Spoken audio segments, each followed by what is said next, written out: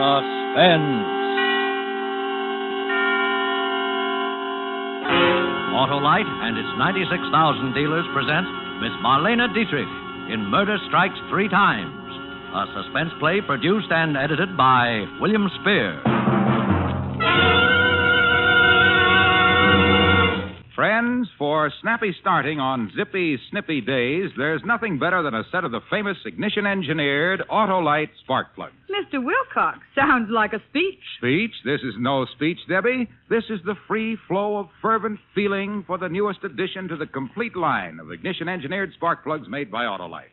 The wide-gap Autolite resistor spark plugs. Mr. Wilcox, are you trying to say that Autolite resistor spark plugs offer car owners special advantages? Precisely, my pedantic pretty, because Autolite builds an exclusive 10,000 ohm resistor right into every Autolite resistor spark plug. And this makes practical a wider initial gap setting, the advantages of which have long been recognized by automotive engineers. I never knew that, Mr. Wilcox. Tell me more. My girl, Autolite resistor spark plugs give double life under equal conditions as compared to spark plugs without the built-in resistor. Yes, sirree, this newest addition to the complete Autolite ignition-engineered spark plug line is the only spark plug that will give you smoother performance on leaner gas mixtures and greater gas savings. So, see your Autolite spark plug dealer tomorrow for a set of the famous ignition-engineered Autolite spark plugs. And remember, whether you choose the regular type or the resistor type, you'll be right, because you're always right with Autolite. And now, with Murder Strikes Three Times and the performance of Marlene Dietrich, Autolite hopes once again to keep you in suspense. And so, John L. Lewis and the soft coal mine operators will be getting down to specific cases soon. And now, the exclusive that I promised you earlier in the program. A report so sensational that I am going to devote all of my remaining time to it. I have before me a copy of a document delivered in person today to the district attorney's office by one Fredonia Bell.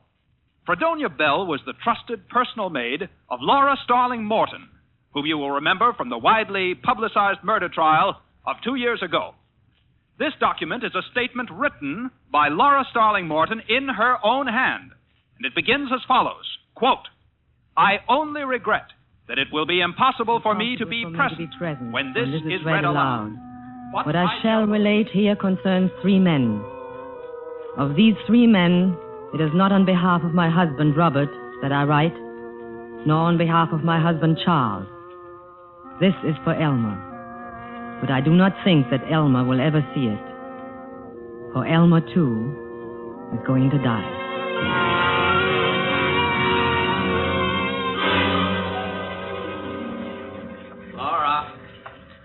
Laura, Yes, Robert?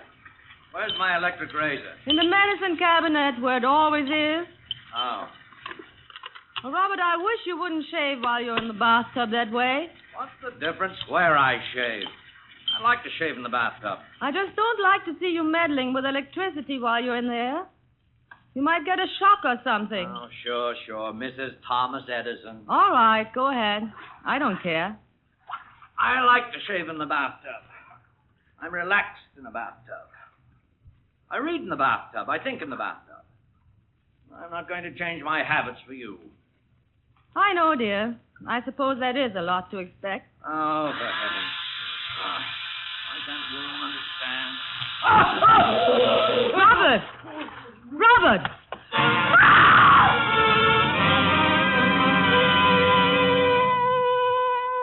It was a good loud scream. Then I stood in the door of the bathroom and looked. A good long look. Then I called a doctor. The doctor called the police. The police called the district attorney. And I found myself confronted by a young man with red hair and glasses who gave the immediate impression of being clever, unscrupulous, and objectionable. That was Elmer. Mrs. Williams, I'm Elmer Garner of the district attorney's office. How do you do, Mr. Garner? I thought you and I had better have a little private chat. What about, Mr. Garner? About your husband. What about my husband? Mrs. Williams, I'm going to be very frank with you on a number of counts. I am what is known as an assistant district attorney. Mr. Garner, I have just lost my husband. I hardly I'm think... coming to that, Mrs. Williams. Now, the district attorney has put me on this case because, well, he thinks he doesn't have a case. Routine investigation. Now, maybe it's because the DA is essentially a nice man with nice instincts, and I am not, but I don't agree with him. About what? About not having a case. Because I can smell him, Mrs. Williams. I can smell him a mile away. What can you smell, Mr. Garner? Murder. Oh, I see. Good. Oh, your attitude is very good. No phony hysteria, no fake indignation. Realistic. Oh, I like that. I'm that way myself. Mr. Garner, I'm trying my best to maintain my composure under trying circumstances. I must say your extraordinary insinuation does not make it any easier. Now, look. I know you killed him. And you know that I know you killed him. Mr. Garner. Now, as I said, I was going to be very frank with you, Miss Williams, and I am. On your side of the story is the fact that although I know you killed him, it may be a little difficult to prove that you killed him. Not too difficult, but a little. I should think it might, since it is utterly untrue. Now, let's see what cards I hold. You are a laboratory technician, or you were before you were married, right? Right. And your technical knowledge would have told you that a man using a faulty electrical appliance while sitting in a tub full of water stood an excellent chance of electrocuting himself. I also know that a man firing a bullet into his head would stand an excellent chance of killing himself. The insulation in the cable of that electric razor was frayed. Now, that might have happened through normal wear, but it also might have happened because it was tampered with by you. And then again, as you say, it might not. Would it surprise you to know that we've got your fingerprints all over that razor? It would surprise me more if you hadn't. Or on everything else in the house, for that matter, Mr. Garner. Uh-huh. Oh, you're a very intelligent woman, Mrs. Williams. You're right. It would have looked funny. You were smart not to wipe off those prints. Very smart. Thank you. However, so much for the means. Now, for the motive. We can establish, of course, that you and your husband didn't get along. Unfortunately, you can establish that about many husbands and wives. And that your husband was insured for $50,000 in your favor. And that there's about $50,000 more in community property. And that you inherit, right? Naturally. Well, $100,000 is quite a nice little motive, Mrs. Williams. But it doesn't prove anything, does it, Mr. Garner? It depends on how it's used by the prosecuting attorney. And that's me, you know. I know. Tell me, do you have a lawyer, Mrs. Williams? Not yet. Uh-huh. Oh, you are a very intelligent woman. That would have looked bad, too, if you'd had a lawyer right on tap. But you're going to need a lawyer, you know. So it would appear. All right. How about me? You? Sure. I'm a lawyer. You have just finished telling me that you would be the prosecuting attorney. Well, that's just the point. Why spend a lot of money on a lawyer who probably can't get you off anyway when you can spend it on me and have a sure thing? You see? Yes, I see. All I want is half. $50,000. No. What's the matter, too much? No. Well, look, sister, you don't seem to realize that I'm in a position, depending how I handle this case, either to set you free or to hang you. That, Mr. Garner, is where we disagree. You mean you're willing to gamble that I can't do it? If you wish to put it that way... All right, but $50,000 will look cheap. Cheap! When they slip that noose around your neck.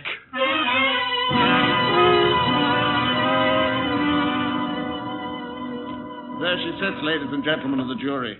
Cold, calm, emotionless.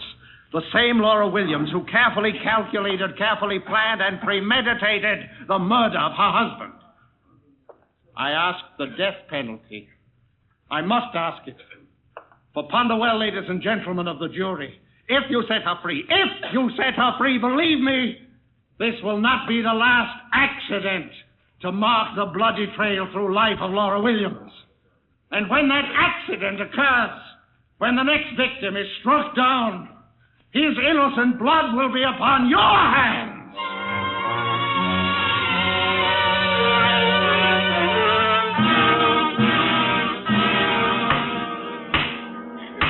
Ladies and gentlemen of the jury, have you reached a verdict? We have. What is your verdict? On the grounds of insufficient evidence, we find the defendant not guilty.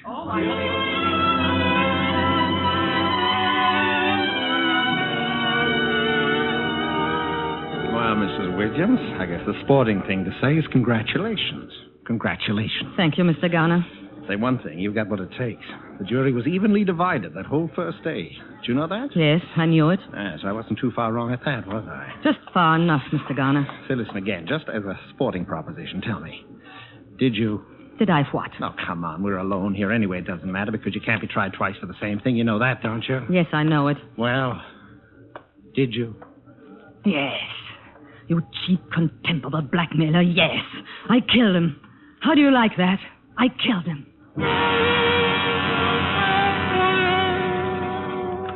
Yes, I told him. Told him the truth.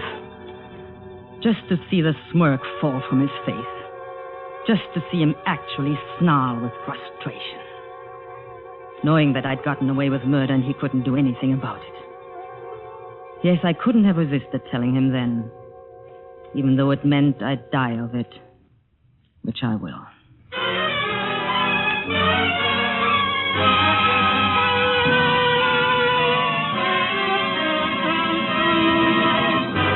Autolite is bringing you Marlene Dietrich in Murder Strikes 3 Times.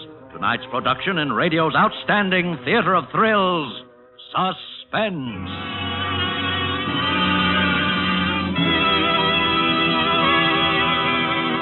Debbie, my dear director of elocution, you interest me strangely. First you're hoity-toity, then you're hoity-polity. How come? Mr. Wilcox, I am leading a double life. Double life? Say, that's just what the new wide-gap Autolite resistor spark plugs offer car owners everywhere. Double life under equal conditions as compared to spark plugs without the built-in resistor. Gently, Mr. Wilcox, gently. You see, friends, wide-gap Autolite resistor spark plugs are the newest addition to the complete line of ignition-engineered spark plugs made by Autolite. They offer money-saving advantages, smoother performance, greater gas savings, quicker starting in cold weather. Mr. Wilcox, your diphthongs are showing. Thank you, my little lecturer. Next time you stop at your favorite service station, ask your dealer to install a set of ignition-engineered Autolite spark plugs in your car. And whether you choose the regular type or the resistor-type spark plugs, you'll be right, because you're always right with Autolite. And now, Autolite brings back to our Hollywood soundstage our star, Marlene Dietrich, and featuring Hans Conried as Elmer in Murder Strikes 3 Times, a tale well calculated to keep you in suspense.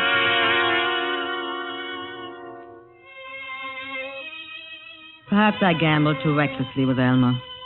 I have since had cause to wonder. But there were things I could not foresee, as well as Elmer.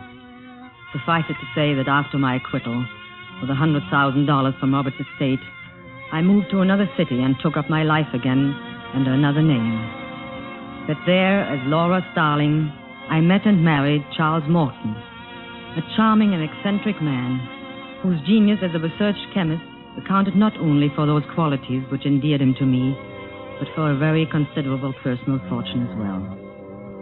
I was quite happy and completely in love. And as the years went by, I had seen, I thought, the last of Elmer.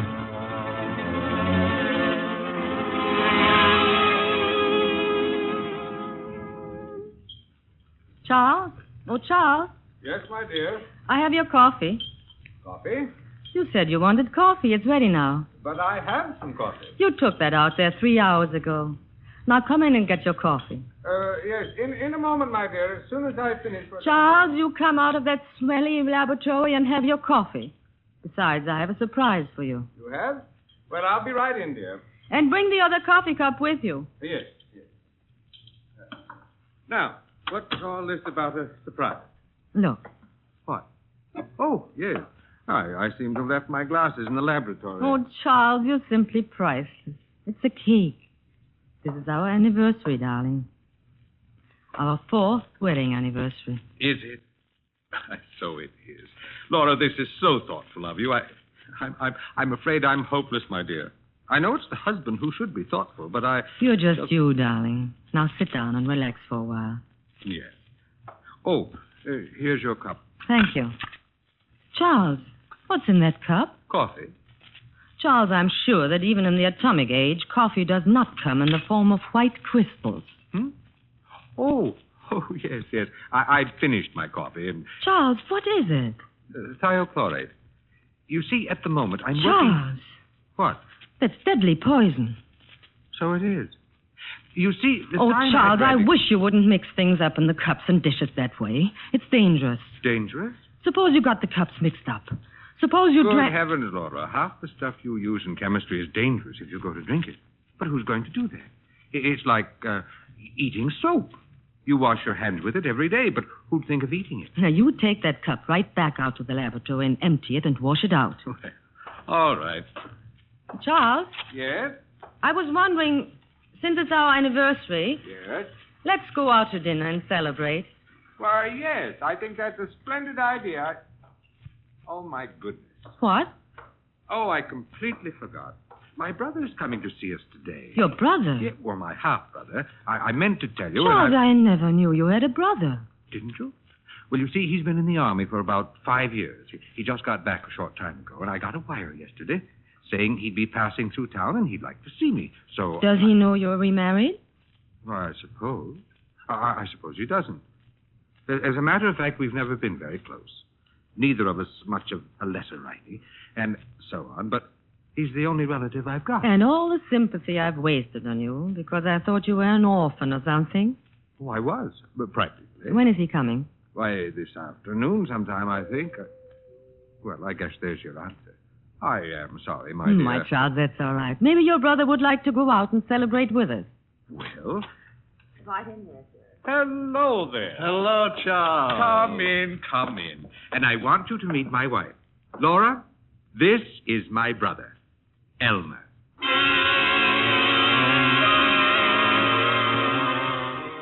There was no doubt that it was Elmer. There was no doubt that he recognized me. And there was no doubt in my mind as to how he intended to play his hand this time either. For he gave no public sign of recognition, but simply looked straight at me and smiled. And smiled and smiled. So you've gone into private practice, eh, Elmer? Criminal law, I suppose. Mm-hmm. Yeah, there's no appreciation in this country of men who hold public office, financially at least. Oh, Elmer, you always did have your eye on the dollar, didn't you? What about your racket, Charlie? What have you been up to? Oh, just puttering around here in my laboratory. You mean right here at home? Of course. Oh, I guess that's new since you were here last. Well, there's a lot that's new since I was here last. It's right in there, right through those doors. Isn't that sort of a nuisance for a wife? Or isn't it? Not in the least. Why should it be? Now, Laura, don't try to cover up my feelings. Just before you came, she was scolding me for carrying thiochlorate around in the family coffee cup. Isn't that interesting? Isn't that a coincidence? Why? Now, I was just thinking, what a fine setup for a murder. Now, somebody poisons a chemist in his own laboratory, and it looks just like an accident. Neat, huh? You will find that Elmer has a morbid mind, my dear. he used to try people for murder back in Illinois. And I tried some beauties, too. Oh, well, I've got to get going. I'm sorry I can't accept your invitation for tonight. But you are staying over a few days, are you? Oh, yes. I'll see you again. Good. Soon. Good. Now, don't bother to come to the door with me, Charles. I know you want to get back to your work. Well... Perhaps Laura will, huh? Give us a little chance to get acquainted. Why, yes, of course. Call us, Elmer. Well, you can depend on it, Charlie. Good. Well. Little Laura Williams. What do you want? What do you think old Charlie would say if he knew, huh? I asked you a I question. suppose he'd go on loving you in his own peculiar fashion, but never be quite the same, would it? There'd always be that little gnawing doubt. Another accident, maybe. Huh? Oh, no, I'm afraid things are kind of under strain around here, Laura. You do have a price, I suppose. I might. By the way, why are you so eager to pay it? I'm happy here. I'm at peace with myself and the world. I don't want anything to change. No other reason? What other reason would there be? I suppose all his property would go to you in the event of another little accident. Huh? You don't really believe that. No, the motive and the means. Money and poison. How much, Elmer? No, you got me wrong, Laura. I don't want money. When did that happen? Or did it ever occur to you that I might simply be interested in my brother's welfare? No. All that has occurred to me so far is to wonder why I had to pick the one man in the world who was related to you. You want to hear my proposition? I'm waiting. Yeah. The motive and the means. Now, there's always the means for an intelligent person like you. But if we took away the motive... The motive? The money, the will. No motive, no temptation, you see? I see. Yeah, in a way, it's for your own protection, too. Because if Charlie so much as slipped on a banana peel and you inherited that money, there's no jury in the world that wouldn't convict you, simply on your past record. You realize that, don't you? Yes. So, no motive, no case either, you see? What do you want me to do? Get him to change his will. In favor of his only living relative, I presume? Uh-huh. That's me. And then? That's all. And you're in the clear. Because after that, Charlie couldn't suspect you even if I told him. Probably wouldn't believe it. Throw me out of the house for persecuting his little bride. Maybe even change his will right back again, you see? All right. Ha. You can do it, can't you? I suppose so. Oh, I know you can. I know you'd better.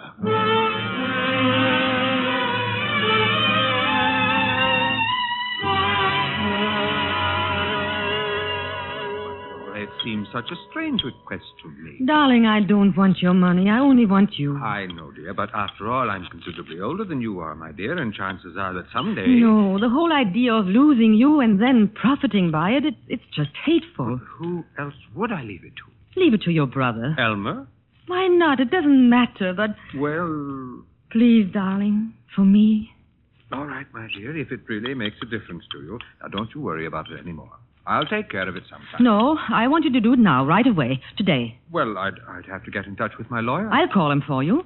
I'll get him on the phone right now. My goodness, Laura. You act as though it were a matter of life and death.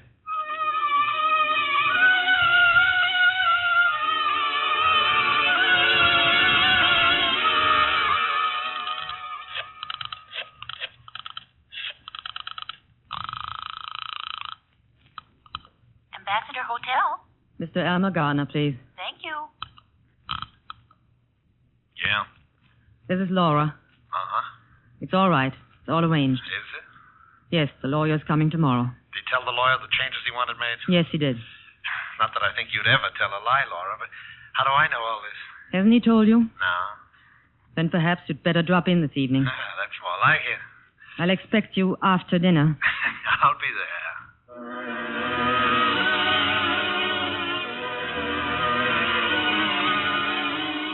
Elmer arrived this evening, less than an hour ago. We were having coffee in the living room. Earlier, Charles had been showing him through the laboratory. It was not until after that I had a moment to speak to him alone. Oh, the wonderful fellow, old Charlie. So trusting. Did he tell you? About what? The will. Oh, that. Yeah. It seems to be that I'm to be old Charlie's beloved heir. Huh? He still can't understand it. Are you satisfied, then? My dear Laura, I was never more satisfied in my life. Almost evens things up, doesn't it? Almost. You never forgot that, did you? That you lost. Lost? Who says I lost? Game isn't over till the last card is played, sister. It is for you. Now get out of here. Okay. All in good time. Sorry I had to leave you, but those reactions have to be checked every hour. Oh, that's all right, Charlie. Laura and I were just going over old times in Illinois. You didn't know we both came from Illinois, did you? No, I hadn't realized. I'm sure I told you, Charles. You must have forgotten. Oh, yes, probably. Coffee ready? Yes. Will you have coffee with us, Elmer? Oh, you bet I will. Anything in it? No, nothing in mine. Charles always takes his black, too. Laura does make the best coffee. Well, then, here's to Laura's coffee. There was something about his smile when he said it. That smile. And then all of a sudden I saw it. I saw the whole terrible thing. Don't drink it, Charles! Charles! Well, old Charlie seems to have keeled over, huh? Wouldn't be surprised if that was thiochlorate poison. Charles! The motive and the means. And the motive's a real beaut this time, Laura, because you had to kill him before he changed his will. Neat, huh? You killed him. Sure, but that's not what the jury's going to think. No. And, of course, I'll get the money anyway. You couldn't very well collect it, because they're going to hang you. No. No. No.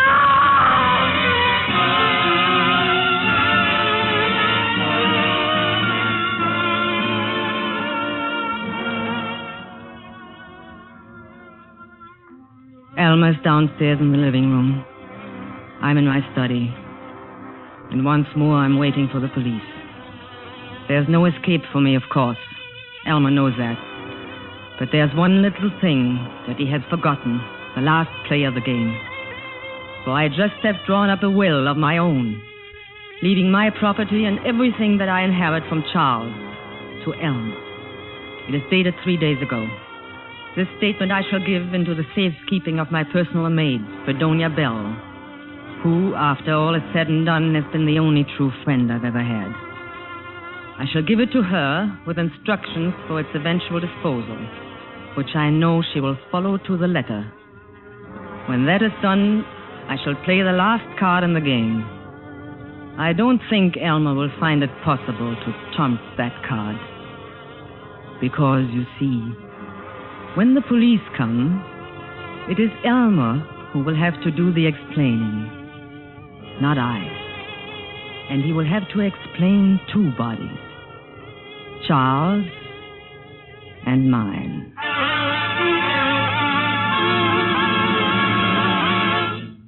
Charles and mine, unquote. And as the world knows, Laura Morton was found dead by the same means which caused her husband's death in that double tragedy 2 years ago. And now we have this document. And the irony of the document, ladies and gentlemen, the terrible irony, is that it was delivered to the district attorney's office by Fredonia Bell this evening at 8 o'clock, 2 years later. And why did the good Fredonia wait until tonight? Because she was thus following explicitly the instructions of her mistress, Laura Starling Morton, who specified that the envelope be handed to the police exactly 24 hours after the execution of Elmer Garner. Good night.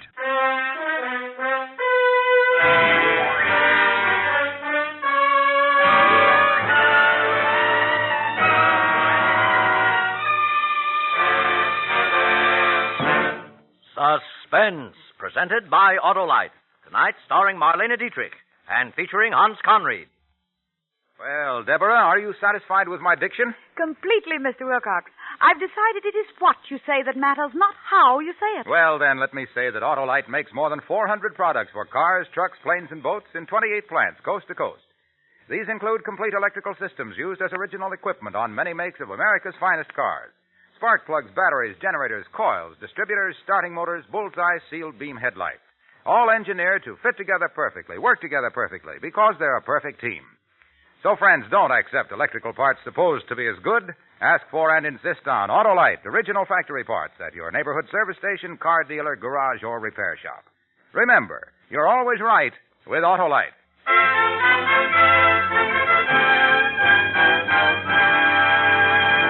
Next Thursday, for Suspense, Dick Powell will be our star. The play is called Slow Burn. And it is, as we say, A tale well calculated to keep you in suspense. Tonight's Suspense play was produced and edited by William Spear and directed by Norman MacDonald.